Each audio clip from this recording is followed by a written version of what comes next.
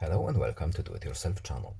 Today I will show you where to find the option, how to turn on, how to turn off and how to customize screen off gestures in Realme 14x phone. So first we need to go to settings. Then in settings we're looking for accessibility and convenience. Next we need to scroll down to gestures and motions. And at the very top we have screen off gestures.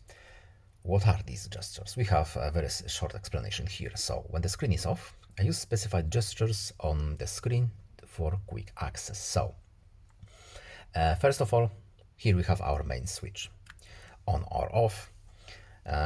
So now our gestures are enabled. And what we have here, so we can draw O to open camera, V for flashlight, etc., etc., A for calculator, alpha, M, W, whatever. We have a few options that we can enable or disable.